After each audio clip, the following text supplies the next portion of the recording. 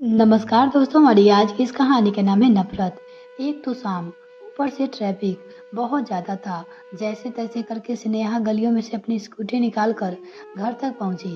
Sneha scooty घर के बाहर खड़ी करी और घर में प्रवेश किया। उसे देखते ही लैपटॉप पर काम कर रहे उसके पति संजय ने कहा, स्नेहा तुम्हारी मम्मी का फ़ोन आया था। कब से तुम्हें फ़ोन लगा रही है, तुम फ़ोन नहीं उठा रही हो। संजय की बात सुनकर स्नेहा ने कहा, हाँ मैं स्कूटी चला रही थी। अब ड्राइविंग करते समय मोबाइल कैसे उठाती? सोचा घर जाकर बात कर लूंगी। अच्छा ठीक है, मम्मी कह रही थी वो 2 दिन बाद यहाँ आने वाली है। कहकर संजय अपने काम में लग गया। स्नेहा वही जबरत खड़ी रही। तभी मेन गेट का दरवाजा खुला। उसने प्लेट कर देखा तो उसकी सास मालती जी अपनी पूजा की थाली के साथ घर में प्रवेश कर रही थी। उनकी नजर स्नेहा से टकराई तो वो मुस्कुरा दी। उसे मुस्कुराता हुआ देखकर मालती जी ने अपनी मुस्कुराहट में उसका स्वागत किया और अपने कमरे में घर के बाहर की तरफ बना हुआ था, उसी तरफ चली गई। तभी संजय ने कहा, अरे तुम वही दरवाजे पे खड़ी रहोगी या घर में भी आओगी? हाँ। थोड़ी देर मौन खड़ी रहने के बाद स्नेहा अपने कमरे में गई और अपना बैग वही टेबल पर रख दिया। एक नजर उसने अपने कमरे की तरफ घुमाई और पलंग पे धम से बैठ गई। उसे कुछ समझ नहीं आ रहा था कि अपनी मम्मी के आने की सूचना पाकर वो कैसे रिएक्ट करे। थोड़ी देर वो ऐसे ही बैठी रही तो संजय उसके लिए चाय बनाकर कमरे में ले आया और उसे देते हुए बोला, क्या हुआ, इतनी चुप क्यों हूँ? नहीं नहीं, वो तो मैं कुछ और ही सोच रही थी। अचानक से हुए सवाल से नेहा हड़बड़ा गई। उसकी हालत देखकर संजय उसकी मनोदशा समझ चुका था। फिर भी उसे तसल्ली देते हुए बोला, देखो स्नेहा, तुम समझदार हो। अब जैसी भी है वो तुम्हारी मम्मी है। अब उन्हें कैसे टोकना करना ये तुम पे निर्भर है। संजय की बात सुनकर स्नेहा बिल्कुल चुप हो गई। थोड़ी देर तक कमरे में मौन पसरा था।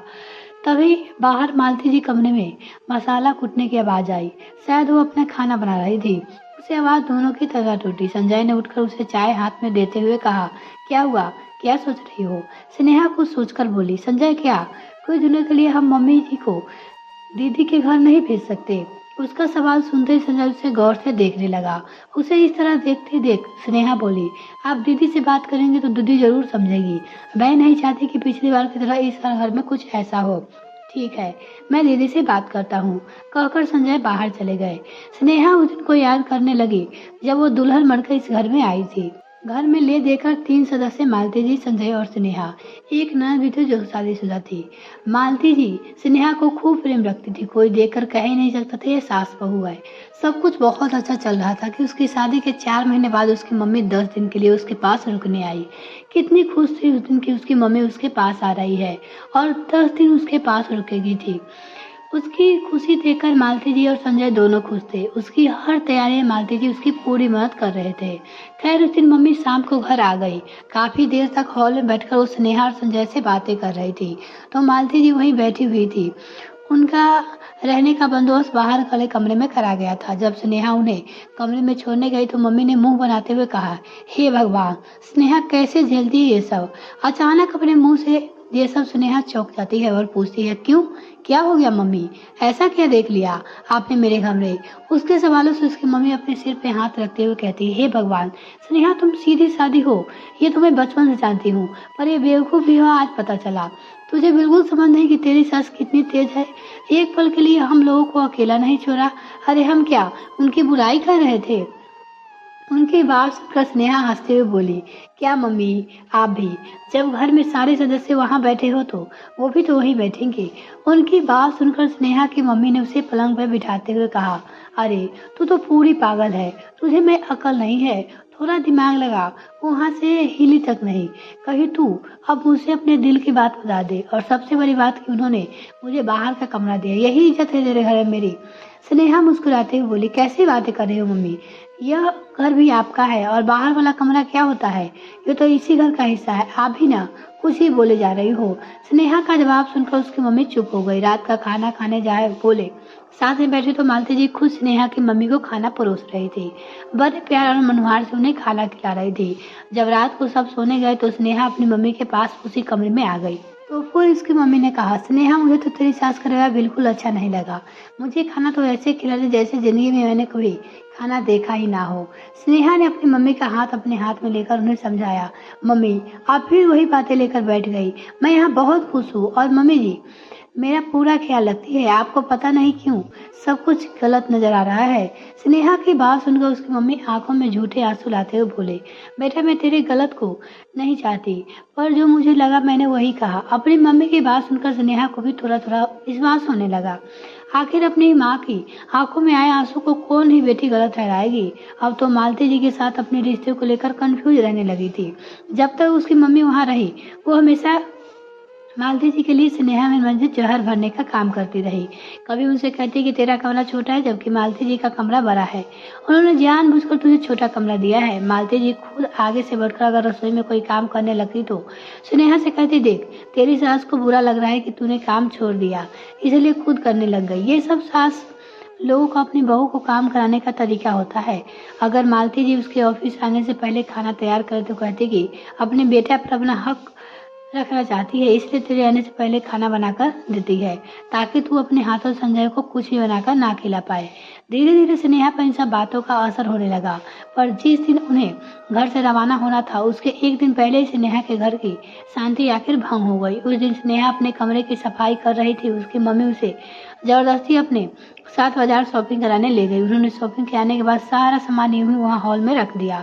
तभी मालती जी उन लोगों के लिए पानी की ट्रे लेकर आई और वही आकर बैठ गई और सामान की तरफ देखते हुए बोली, आज तो लगता है आप दोनों पूरा मार्केट ही खरीद कर ले आई हो। स्नेहा तुमने तो बहुत खर्चा करवा दिया अपनी मम्मी का। मालती जी का इतना कहना ही था कि स्नेहा की मम्मी ने कहा, अब समधन जी माना की बेटी बेयादी, पर इतना तो हक बनता है कि अपनी मर्जी से कुछ दिला पाऊँ। एक माँ अपनी बेटी को जितना कर ले उतना कम है। उनकी बात मालती जी को अजीब लगी, पर वो चुप हो गई। लेकिन तभी संजय कमरे से बाहर आकर मजाक में बोला, अरे स्नेहा इतना सारा सामान तो ले आई, लेकिन रखो कहाँ? अभी तो अपना कमरा पूरा फैला पड़ा है। संजय की बात सुनकर स्नेहा ने कहा, हाँ मेरा कमरा छोटा है ना, तो मैं सामान कहाँ रखूंगी। उसकी बात सुनकर संजय छिप गया, जबकि मालती जी हैरान होकर उसकी तरफ देखने लगी। संजय ने कहा, अरे इसमें कमरा छोटा है या बड़ा वाली बात कहाँ से आ गई? उसकी बात सुनकर स्नेहा अपनी आवाज़ तेज करते हुए बोली, भला क्यों नहीं आएगी बात? कमरा छोटा है तो छोटा है, मम्मी जी अकेली है, लेकिन फिर भी इतने बड़े कमरे का हक जमा रखा है, जबकि हम दोनों के लिए वो छोटा सा कमरा। भला मेरा सामान कैसे एडजस्ट होगा? मेरी मम्मी अगर मुझे कुछ दिला रही है तो मम्मी जी को बुरा लग रहा है। मैं सफाई करते करते शॉपिंग करने चली गई तो मेरे पीछे आपने कमरे तक नहीं की। बहू है ना, वो खुद आकर करेगी। घर की नौकरानी समझ रखा है आप लोगों ने मुझे। घर का काम भी करूँ, ऑफिस का काम करूँ, इंसान हूँ मैं। कब तक ये अत्याचार सहूँ? उसकी बात सुनकर मालती जी बोली, अत्याचार? स्नेहा तुम बात को कहाँ से कहाँ लेकर जा रही हो, और कौन से अत्याचार कर दिया हमने तुम पे? आप तो बोलिए ही मत मम्मी जी, यह सब आपका किया धरा है। आप चाहती ही नहीं कि हम लोग खुशी खुशी एक साथ रहे। आप तो बस अपना हक जमाना चाहती हो। जानती हूँ ये जमीन पापा जी की है, पर मकान तो हमने बनवाया है ना, नहीं तो एक बाहर वाला कमरा ही था यहाँ पे। लेकिन ये तो आपकी मान कर बैठ गई। आप हमको दबा कर रखना चाहती हो। अरे कब तक आप हमारी जिंदगी में कुंडली मार कर बैठी रहोगी? स्नेहा ने मालती जी से जोर से कहा। ये बात संजय बर्दाश्त नहीं कर पाया। उसने आगे बढ़कर स्नेहा को एक थप्पड़ दे मारा। मालती जी संजय के पास आई और उसे डांटने लगी, संजय यू पागल हो गया, ये तेरी पत्नी इस पे हाथ उठा रहा है। इसमें स्नेहा की मम्मी बोली, समधन जी मिल गई तसल्ली आपको। मैंने अपनी बेटी के यहाँ पर मार खाने के लिए नहीं दी है। जब आप मेरे सामने इसके साथ ऐसा करे तो मेरे पीठ पीछे पता नहीं क्या क्या करते होंगे। मेरी बेटी मुझे भारी नहीं हुई, ले जाऊंगी इसे मैं अपने साथ। संजय अपनी सास से कुछ कहने को हुआ तो मालती जी ने शांत रहने का इशारा किया और फिर आगे बढ़कर वो स्नेहा से बोली, मुझे नहीं पता था कि तुम्हारी मन में मेरे लिए इतना जहर भरा हुआ है। मुझे तो लगा कि तुम मुझे अपनी मम्मी जैसी इज्जत देती हो। आप और मेरी मम्मी एक साथ कभी माँ नहीं बन सकती। इसका सबूत देख लीजिए आप। आपके बेटे ने मुझे थप्पड़ मारा, पड़ गई ना आपको कलेजे को ठंडा काज। स्नेहा गुस्से में बहुत कुछ उगल चुकी थी। उसे बिल्कुल भी अंदाजा नहीं था कि वो क्या बोले जा रही है। उसी समय संजय और स्नेहा आपस में बहस करने लगे। ठीक है, मैं अलग हो जाऊंगी। मालती जी से अचानक कहने से वहाँ पे मौन पसर गया। मम्मी आप ये क्या कह रही हो? भला आप क्यों अलग? संजय ने कहना चाहा तो मालती जी ने उसे रोक दिया, क्योंकि मैं तुम लोगों को अलग होते देखना नहीं चाहता, और वैसे भी अपनी जिंदगी सम्मान पूर्वक जीना चाहती हूँ। इतना कहकर वो चुपचाप अपने कमरे में चली गई। वही स्नेहा अपनी मम्मी के साथ अपने कमरे में जाकर बैठ गई। संजय वही हॉल में एक तरफ सिर पकड़कर बैठ गया। तकरीबन आधे घंटे के बाद मालती जी अपने सामान के साथ अपने कमरे से बाहर निकल आई और बाहर बरामदे वाले कमरे में दरवाजे के पास आकर खड़ी हो गई।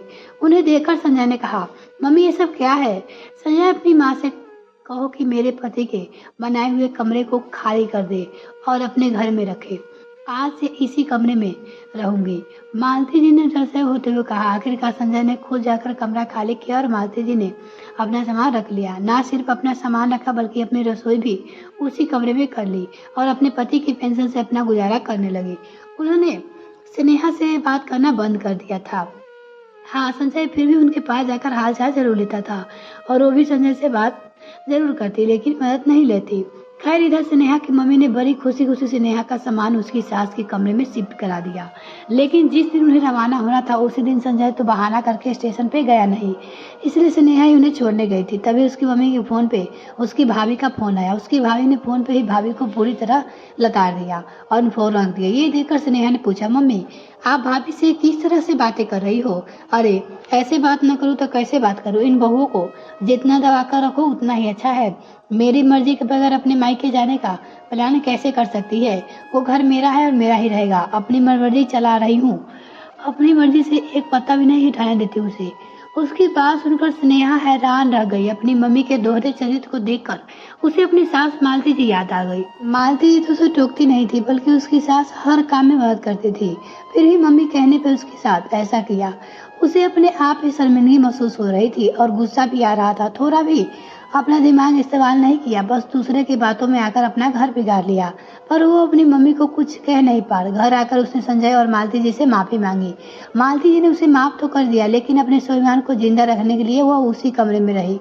उसी कमरे में उन्हें खाना बनाती और अपना गुज बसर करती। अब थोड़ा बहुत स्नेहा से बात कर लेती, लेकिन उस दिन और बातों को टेस्ट अभी भी बाकी है। मिलते भी नेक्स्ट फ्रेंड, तब तक के लिए bye. Thanks for watching this video. अगर आपने मेरे चैनल सब्सक्राइब नहीं किया तो प्लीज़ सब्सक्राइब कीजिए।